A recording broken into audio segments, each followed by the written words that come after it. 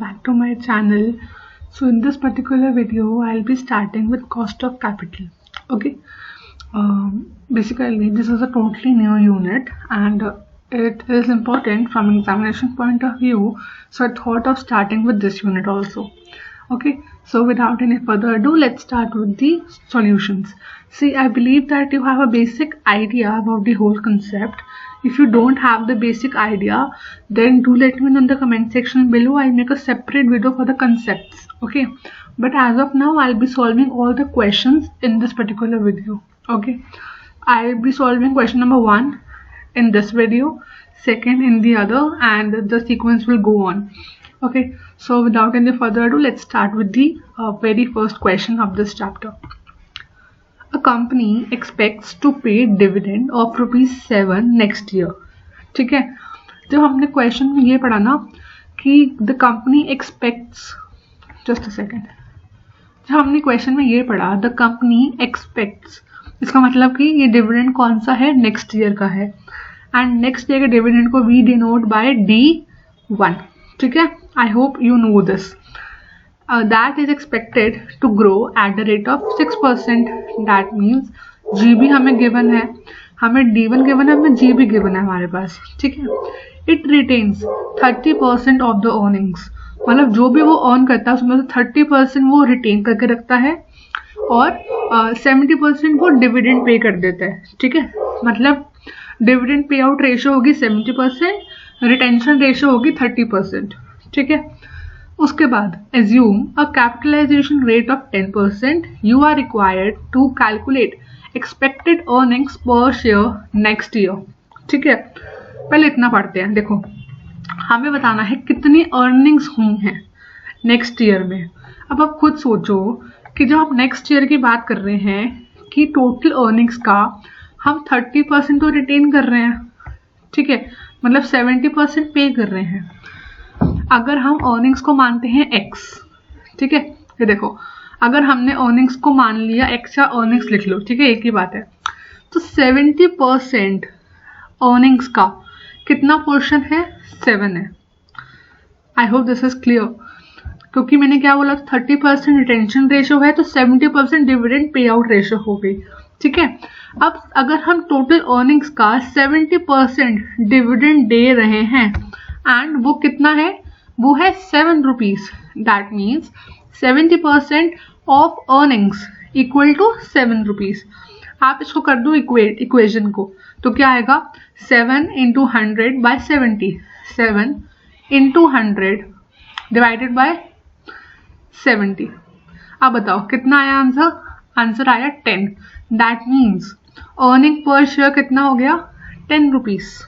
ठीक है, अभी अर्निंग पर शेयर कैसे आ गया, जब हम डिविडेंड ले रहे थे पर शेयर का तो अर्निंग भी तो पर शेयर ही आएगी ना. ठीक है, I hope this is clear. तो इससे हमारा आता है अर्निंग पर शेयर, जो कि वी हैव ऑलरेडी कैलकुलेटेड. हमें अब निकालना है रिटर्न ऑन इक्विटी. अब देखो, हमें क्या होता है ना, एक स्टैंडर्ड फॉर्मूला याद होता है कॉस्ट ऑफ इक्विटी का, एंड वो क्या होता है, D1 डिवाइडेड बाय, मतलब expected dividend divided by P0 current market price plus G growth rate into 100. ठीक है, ये होता है स्टैंडर्ड फॉर्मूला. तो सबको आता है, मेजॉरिटी को आता होता है वाला फॉर्मूला. ठीक है, इसमें उन्होंने क्या किया, क्वेश्चन में बदल दिया. ठीक है, ये सबको आता है ऑलमोस्ट. इसमें उन्होंने क्या बोला कि देखो, हमने कहा चल ठीक है, समझ में आता है, एक्सपेक्टेड डिविडेंड D1 दिया हुआ है, G दे रखा है, या करंट मार्केट प्राइस कहाँ पे दे रखा है, P0, वो तो क्वेश्चन में गिवन ही नहीं है. ठीक है, अगर क्वेश्चन में गिवन नहीं है that means we can't apply this formula. Are you understanding my point. अगर हमारे पास 2 वेरिएबल्स क्वेश्चन में है but the third one is missing and we can not compute it because the data is not available, that's the reason why this formula won't be applicable. हमें formula करना पड़ेगा change. अब कैसे करेंगे change, वो ध्यान से सुनो. एक और फॉर्मूला होता है G = B × R. ठीक है, मैंने क्या बोला, G = B × R. इसका मतलब क्या होता है, G होता है growth rate, equal to B होता है रिटेंशन रेशियो, इंटू होता है R. अब देखो, जो रेट ऑफ रिटर्न कंपनी को मिलेगा उसने क्या बोला था हमें क्या फाइंड करना है, फाइंड रिटर्न और इक्विटी, इक्विटी पे कितना रिटर्न मिलेगा। देखो क्वेश्चन में डेटा मिसिंग है तो हम मानेंगे कि 100% इक्विटी फाइनेंस्ड है ये, ठीक है, मतलब इसके पास कंपनी के पास 100% इक्विटी है। अब देखो अगर 100% इक्विटी है तो क्या होगा, जो भी इक्विटी पे ग्रोथ होगी, ठीक है, पहले देखो क्या होता है, ये होता है रिटेंशन, कितना हमने रिटेन किया टोटल अर्निंग्स का, उस पे निकालते हैं रेट, ठीक है, तो टोटल हमारे पास ग्रोथ आ जाती है, ठीक है। अब ध्यान से सुनो, अगर हमारे पास जो हमने रिटेन करा वो क्या है, इक्विटी, और उसके ऊपर रेट ऑफ रिटर्न आएगा, दैट मीन्स इक्विटी पे रेट ऑफ रिटर्न क्या हो जाएगा, हमारे पास क्वेश्चन में बी गिवन है, बी क्या था, रिटेंशन रेशो, वो कितनी थी, 70%। ये देखो हमारे पास अब क्या है, हम ये वाला फॉर्मूला लगाएंगे, G equal to B into are.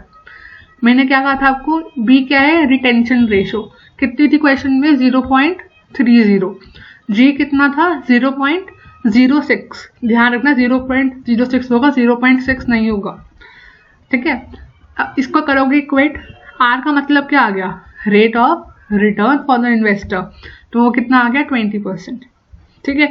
I hope this is clear. देखो ये वाला पार्ट समझ में आ जाता है, ठीक है, प्रॉब्लम मेजॉरिटी को आती है यहाँ पे, ठीक है, तो मेक श्योर आप समझ रहे हो इस पार्ट को मैंने कैसे सॉल्व किया। एंड कोई अगर डाउट अभी भी है तो मुझे बता दो कमेंट सेक्शन में, I try to resolve that, and that is all. Thank you for watching, see you in the next video, bye.